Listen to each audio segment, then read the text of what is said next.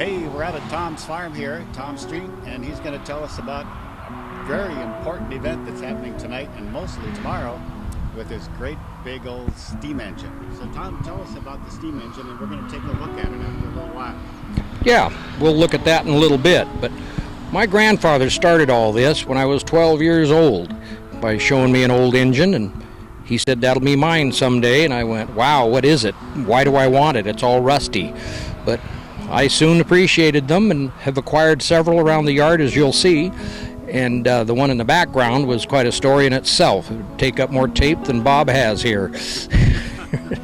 But no, we started on this big steam engine project back in '73, actually. Somebody told me when I came to town there was a great big one of those things. And I went and saw it, and I went in the room looking for it and couldn't find it. It was so big I couldn't see it. And then all of a sudden I went, wow. But it was way beyond me. So I tried to show it to other people that had the wherewithal to do that, and none of them took it. So about 12 years ago, my wife and I decided, let's us do it. And so 12 years in the making, it's now a running machine, as you'll see. And I still don't believe it works, and it still runs now, because we had to get as much as parts from Minnesota. We had to go clear back to Minnesota to get another engine and do that. But, so let me ask you a couple of questions just before we get into some of the details. Some of the things I'm really interested in are hearing about the particular engine itself and what it was used for. I thought this thing was running a sawmill. Well, it was, but not directly. Correct. So tell me how that worked. There was a large belt around the flywheel that ran a generator that was about 30 feet away. And the generator supplied all the electricity for the sawmill and the cabins around it. And I don't know if it's totally true, but somebody told me too that they patched into the lines and fed the excessive current back to Prineville. Don't know if that really happened or not. But it was really fun. I did find a fella that was 94 or 5 years old that put it together in '49 in Mitchell. And he was still alive, and he came out on our day that we put all the big pieces together and shook hands with a lot of people and showed us some pictures he had of when he was a kid. And it was too bad he passed and didn't get to see it run. But it was kind of fun having him here that day. So Tom, tell me about some of the details. When some of the things you were putting together, there were some bearings missing, and you had to go back to Minnesota, and you had to cannibalize some machines back there, but you actually had to take a part and have a part made at a foundry. Yes. What was that about? Tell me about that. Yes. And Babbitt bearings or something? Yeah. The engine, when it was in Mitchell, which is about 70 miles from here, had gotten pretty well scavenged by anybody that could take a pipe wrench or anything. They took apart and took it home. There was many pieces missing. We just got the big heavy stuff. And so we heard of another engine in Minnesota, and we made a large road trip and got back there, brought it back home on 3 lowboys in pieces, and got all the beautiful stuff, the hard to get stuff. And we had to modify it all because it was a slightly different model of the same manufacturer, which was neat.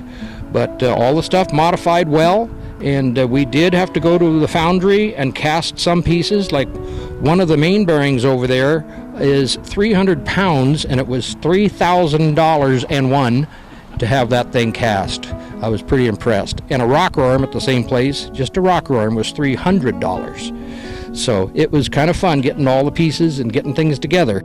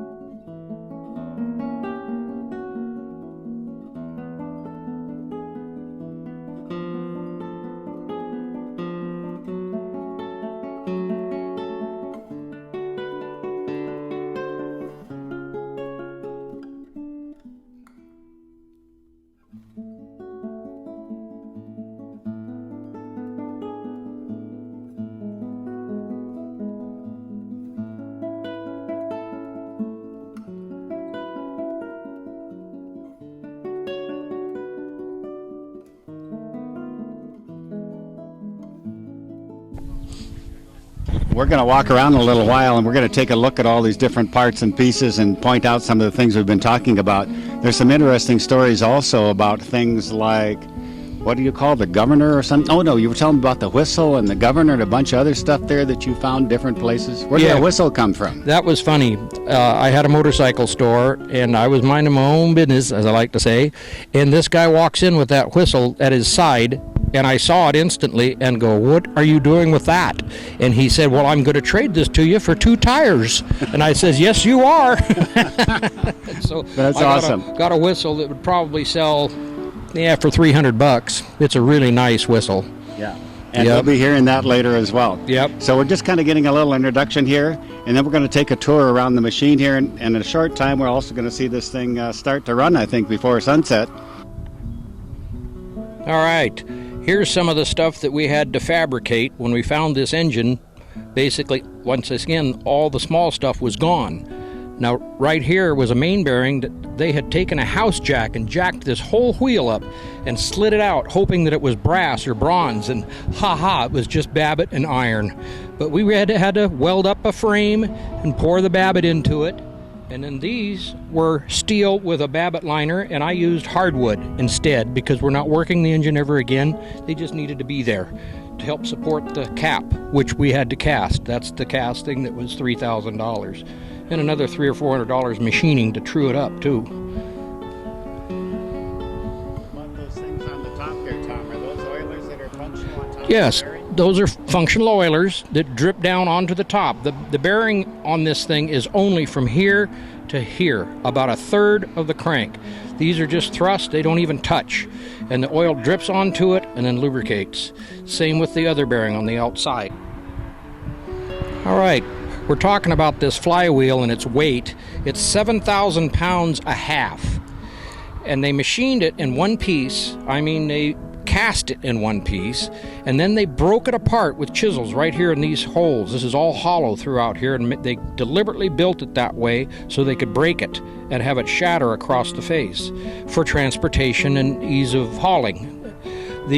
After they broke it, they put 3 little scribes right there for timing marks so that you didn't ever try to put it together backwards and ruin the grain, because the grain has to match perfectly. Now this has been apart and together.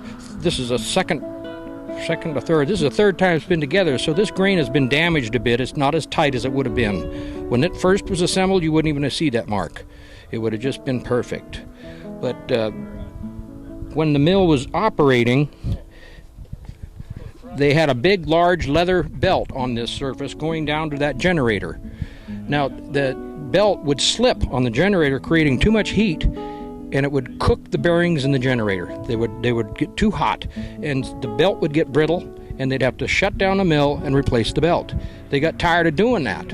So they contacted Gates Belting, who's still in business today, and they said, "What should we do?" Well, they put a V-belt shiv on the generator, 12 V-belt shivs, 1-inch belts, and just ran them on the flywheel. And if you look up here, you can still see the marks from those 12 belts, plain as day, all the way across there. And it lasted from, what was that? It would have been 51 or 2 till 1961 is when they shut the mill. And it stayed that way, never gave a problem again.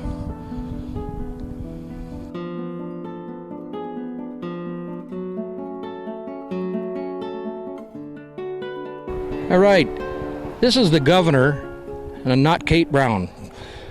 But this runs the speed of the engine from over revving, so that when these things were running in electric power, they had to be constant. They couldn't go up or down because then the wavelengths of the electricity was wrong. They had to run an exact, smooth, same speed. And that's what this does. If you look up here, this belt pulley here will spin that governor like that. And you've heard the term balls out before. As an expression, I was going as fast as I could go. Well, when those balls go out, that is as fast as this engine will run. And that's where that term came from. And this belt back here on the crankshaft will come forward and turn this here when we're running. Look for it. What it governs is the steam valves here. These are where or intake, a lot of people would call, but they're steam. And when the cams pull on this, the governor drops it out, so it doesn't get as much as it could, and that's what keeps its speed constant. Okay, we're going to talk about this big red tower on top of the engine. A lot of people think it's a muffler, but it's not. It's called a separator or a condenser. When the steam comes from the boiler, it has to travel quite a distance, and in that distance it'll cool off. And inside that tower is a pipe that starts at the base and goes all the way to the top, and there's a China hat up there. So when the steam comes in, it hits that and blows to the sides, and only the good steam gets up over and comes down into the cylinder. The rest of the steam condenses into water and will come out this pipe, and later on will be saved over here to pump back into the boiler. All right, we're on the other side of the engine now, where the crankshaft actually is that transmits the power to the flywheel to get the power out. This is the connecting rod right here. This is really an interesting gadget. This is a plumb bob. Oil drips in here, goes across, goes out this shaft into the big end, and that's how oil gets out there while it's running. And then the crosshead up here that's hooked to the connecting rod slides in and out, going in and out of the cylinder. Cylinder's in that big box right there. And you got to keep oil on that shaft because that's the seal. Keep it from leaking. You might hear it leak later. This is the boiler that we've been going to run the steam engine with. This boiler was in a steam shovel out on a river. I was told it was in a steam shovel on a river. This is the firebox right here where we're building a fire. It's going to burn me. I don't have a rag. I can't show you that. We'll show it to you later. But the boiler is full of water. You have the fire in there with all that firewood. It makes the steam and it goes up and over and down through the separator like I described and runs the engine. You got a whistle up there. I got my pressure gauge. I'm starting to get some pressure in there. This is emergency water to pump back into the boiler as it boils out, because as it uses its wet steam, the water level goes down, and that's where a steam engine could be dangerous, is when somebody doesn't pay attention to the water level. So I've got a little gadget right here that shows the level of the water. I don't know if you saw that move. Can you focus in on that? That shows the level of the water, and it's completely full. And these are called tricocks, not TRI, but TRY. So you don't always want to believe this glass tube, so you just open these. If you have water here, you're full.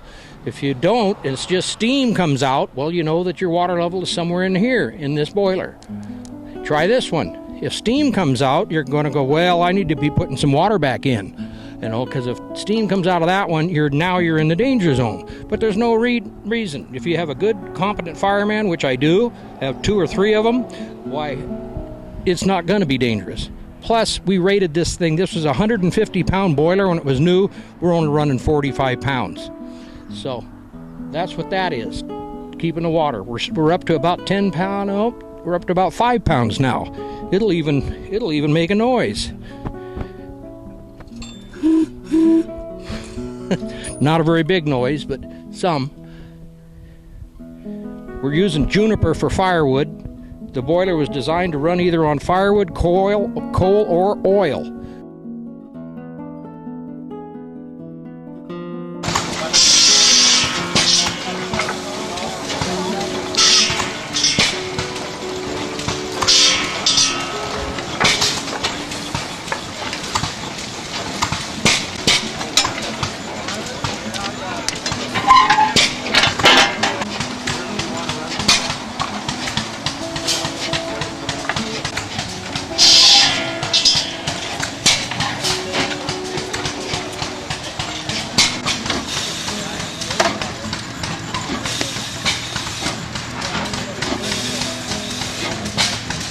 Thomas, I don't want you to fall and break your hip.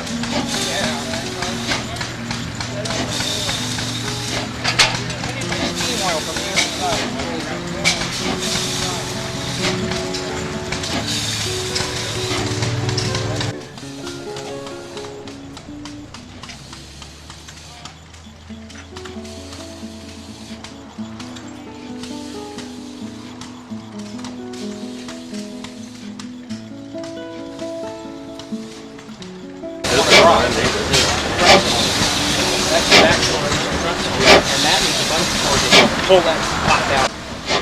More weight here, so that's why I was wondering. Yeah. Wrap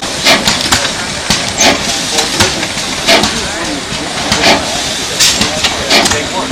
They work.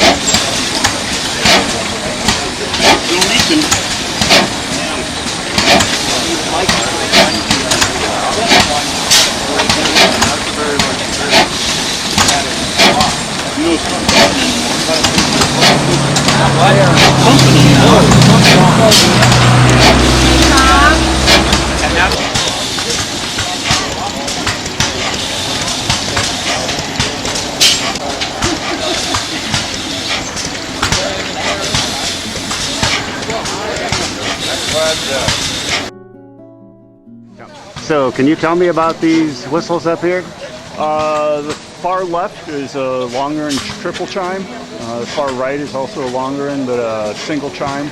Okay. The second to the far left is a Buckeye triple chime whistle that likely was on a steam traction engine or something similar to that.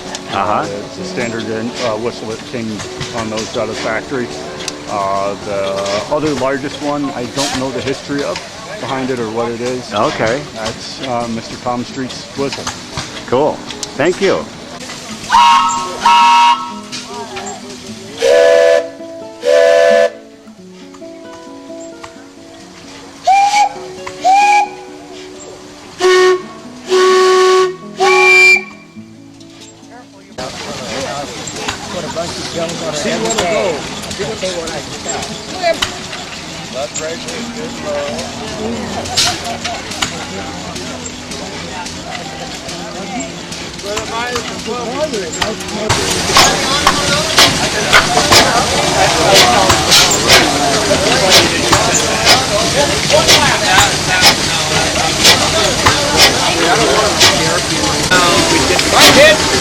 You did something you like telling you. Wait, have a bungee cord? You can.